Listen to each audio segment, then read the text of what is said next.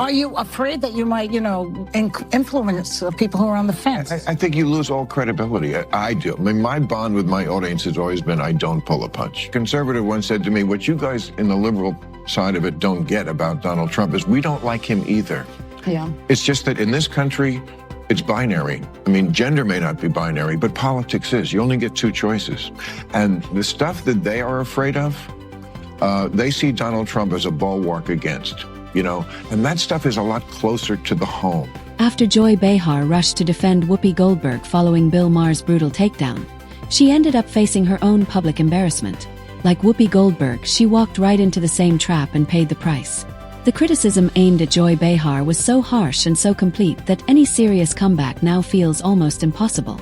If you enjoy intense political clashes and dramatic TV moments, hit that subscribe button and let's get into it.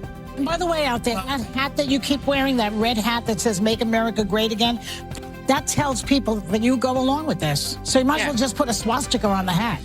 Don't do that. Don't do that. Because we see it anyway. Well, I think some people resent the question. Like, what don't you get?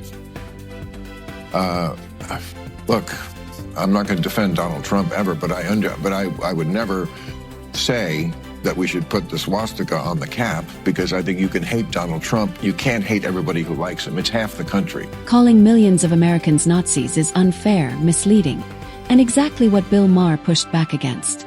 The first major clash between Bill Maher and Joy Behar exploded over the MAGA movement and its leader, Donald Trump.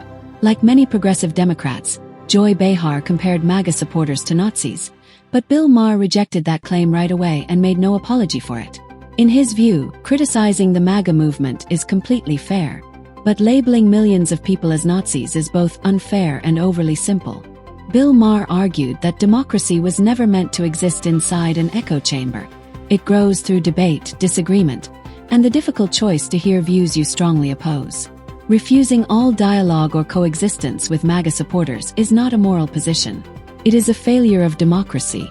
And that kind of political division, where attacks replace conversation, is exactly the decline of democratic values that Bill Maher refuses to accept or ignore. I'm nervous about saying anything against Biden because I feel, not that I have so much power, and you have some more than I do, obviously, but I don't know about that. Are you afraid that you might, influence people who are on the fence? I think you lose all credibility. I do. I mean, my bond with my audience has always been I don't pull a punch. Yeah. My bond with my audience is you're not going to like everything I say, but I'm saying what I really think is true. Bill Maher saw the setup instantly, refused to take the bait, and kept complete control of the conversation. If you listened closely, it seemed a clear strategy was taking shape beneath the surface. Joy Behar was not just making small talk. She appeared to be carefully laying a trap, hoping to push Bill Maher into a full attack on Donald Trump. By casually saying she felt uneasy about criticizing Joe Biden, Joy Behar was creating a subtle but easy-to-spot shift. The goal seemed clear. She wanted to draw a direct comparison between Joe Biden and Donald Trump. From there, the path was predictable. Once Bill Maher accepted that comparison, Joy Behar likely expected his well-known frustrations to lead him toward criticizing Donald Trump. Her thinking appeared to rely on a common belief among many on the left that Donald Trump has been especially hostile toward news organizations, largely because of his history of filing lawsuits against several outlets. It was a smartly framed prompt, presented as a moment of concern. But Bill Maher, as sharp as ever, recognized the move right away, refused to follow it, and kept the discussion exactly where he wanted it. Biden just presents as old. It's not really fair. No. Because he's almost the same age. Trump is almost the same age as him. I know. But Trump doesn't present that way. You look at somebody right away, you can kind of just sum them up. I mean, we are not young, but we don't present as old. Yeah. Biden does. I saw him yesterday making that speech. Yeah. I mean, I'm sorry, he's cadaver-like. But his brain is good. He's still great. Well, here's what I said. Like when I came back after the strike in September, I said he should get out because he's just lost the faith of people. It's not fair. He's actually done a pretty good job. Yeah. But I said he's going to be Ruth Bader Biden. That's the term I used. Ruth Bader Ginsburg. She stayed too long at the fair. Joy Behar's plan didn't just fail. It completely blew up in front of everyone. You can spot the exact moment her strategy falls apart as she shifts uneasily in her chair while the discussion slips entirely out of her hands. Instead of launching the expected attack on Donald Trump, Bill Maher changed direction with perfect timing and delivered a strong, direct criticism of Joe Biden. He placed responsibility for the painful 2024 election loss squarely on Joe Biden, arguing that the president's decision not to step aside sooner effectively gave away the race. But what makes Bill Maher's argument stand out is this. He was not speaking after the fact. Long before much of the political world was ready to face the issue, Bill Maher had publicly and repeatedly raised concerns about Joe Biden's mental sharpness. He warned about it clearly and often. Many on the left brushed off those concerns, ignored the warnings, and eventually faced the heavy political costs that followed. I remember Obama had her over to the White House, like in 2013, to hint, hey, spend more time with the grandkids. That would not be a good idea, Ruth. And she didn't take the hint, and she was not in good health, and she stayed too long, and she ruined her legacy and got the Supreme Court now to be a pretty right-wing organization. Said Biden shouldn't do that, but, ego, he's Dracula. He has crossed oceans of time to be here, and he's not going to give it up now. Bill Maher wasn't done yet. And that's when the gloves truly came off in a moment that was both brutal and unforgettable. Bill Maher continued his direct criticism of Joe Biden and delivered one of the sharpest lines of the entire exchange. He compared Joe Biden to Dracula, someone so attached to power and attention that he refused to leave the stage, even when the signs were impossible to ignore. The Dracula comparison was not just a memorable TV moment. It struck at the center of what Bill Maher saw as a major political mistake. Joe Biden, Bill Maher argued, became so focused on his legacy and the praise that came with the job that he lost sight of what mattered most: the country's interests, the future of the Democratic Party, and the larger stakes of the 2024 election. Instead of stepping aside at the height of his political influence, Joe Biden held on to power, and in doing so may have changed the course of American politics. A conservative once said to me, what you guys in the liberal side of it don't get about Donald Trump is we don't like him either. Yeah. It's just that in this country, it's binary. I mean, gender may not be binary, but politics is. You only get two choices.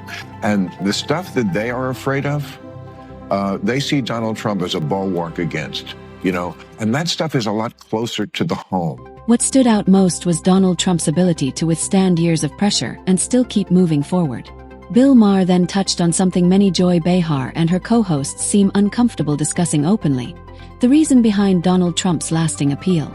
For many American voters, Donald Trump represents something rare in modern politics. A leader they see as willing to challenge the woke establishment without backing down or offering apologies. The attacks against him came non-stop. Efforts aimed at damaging his reputation. Constant insults meant to shame and isolate him. Major court cases that critics believed could end his political future. A steady flood of accusations that seemed designed to finally wear him down. Yet through every political fight, media storm, and legal challenge, Donald Trump remained firm, refusing to bend under pressure. His supporters viewed that determination as something remarkable. And it was not only loyal MAGA voters who noticed. Independent and undecided voters, often the people who decide elections, watched that resilience and found themselves strongly drawn to it. It's like my kid is coming home from school and they're not allowed to tell me if they're transitioning. The school is going to take the side of the kid over the parent. Stuff like that. There is a lot of crazy stuff on the left. This book, there's stuff that each side is going to like and probably stuff they're not going to like so much in there, because that's the answer to the Donald Trump situation is what's going to get him elected is this woke stuff that a lot of people in this country just don't go for. It was a deep cultural backlash, and according to Bill Maher, that was the real force behind Donald Trump's 2024 victory. With that point, Bill Maher went straight to the center of the election result. The reason for Donald Trump's win was not only about the economy or party loyalty. Millions of everyday Americans became worried about how schools and institutions were handling gender identity issues involving minors and the role of parents. They followed heated debates about transgender athletes competing in women's sports, with many voters raising concerns about fairness for female competitors. They also watched growing arguments over gender identity policies in bathrooms and other private spaces. Many people viewed these issues as deeply personal and politically charged. With every new controversy, those concerns continued to grow. These were not small issues discussed only in conservative circles. They were topics being talked about around dinner tables in communities across the country. Many voters, including moderates and people without strong political ties, looked at the cultural direction they believed the left was pushing and made a clear choice to support Donald Trump. Even the White House press secretary appeared to notice what happened between Joy Behar and Bill Maher. And this is what she had to say next. And watching this clip, I couldn't help but think how ironic that Whoopi Goldberg and Joy Behar and the rest of the ladies on The View spend their time calling Republicans the conspiracy theorists. But they have been wrong about everything they have said over the last couple of years. They likened President Trump to Hitler. They have mocked him. They have shamed him. They have lied about him consistently on their show. And it was a joy to watch them on November the 6th when they realized that tens of millions of Americans do not listen to the lies that they have spewed. Millions of Americans stopped trusting what they heard, and that may have been the most damaging result of all. Karoline Leavitt, the White House press secretary, did not hold back when she publicly criticized both Joy Behar and Whoopi Goldberg, saying they were out of touch with the lives of everyday Americans. Looking at the situation, many people felt that view was hard to dismiss. The media and political pushback against Donald Trump began as soon as he announced his presidential campaign, long before any policy was put in place or any major decision was made. For many voters, it seemed the story had already been written and the judgment had already been made before any real debate could happen. But that approach eventually lost its impact. Voters across the country, especially those outside major media circles, simply were not convinced. The reason was simple. Many of the strongest claims made by Joy Behar and Whoopi Goldberg seemed to conflict with facts people could check for themselves and experiences they saw in everyday life. Hearing those statements again and again did not push voters away from Donald Trump. Instead, it weakened confidence in the people making those claims and led many Americans to stop trusting what they said. These women are completely out of touch with reality. And you're right, ABC should wake up. They just paid $15 million to President Trump's future library. That's a great thing for the American people. It is. You know, I wanted to start with that crazy absurdity because during my tenure as White House press secretary, there was a lot of absurdities coming from the press. I remember one briefing where Ryan Lizza bizarrely asked me if Trump was happy that the South lost the Civil War. To which, like, you could see me, I stopped, I looked at him and said, that is absurd.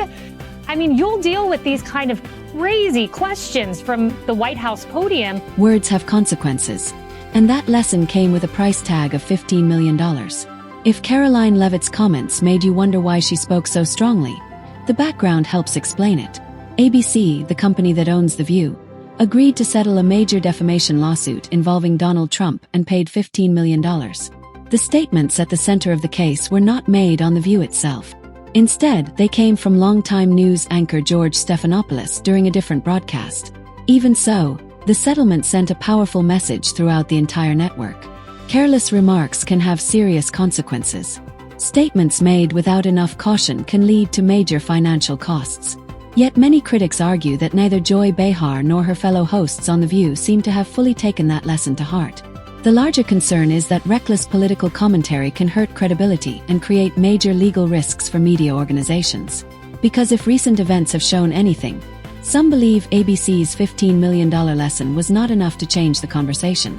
3,500 arrests ICE has made so far since President Trump came back into office. Can you just tell us the numbers? How many have a criminal record versus those who are just in the country illegally? All of them, because they illegally broke our nation's laws and therefore they are criminals as far as this administration goes. I know the last administration didn't see it that way, so it's a big culture shift in our nation to view someone who breaks our immigration laws as a criminal, but that's exactly what they are. A political gamble meant to corner Bill Maher ended up backfiring in full view of the audience.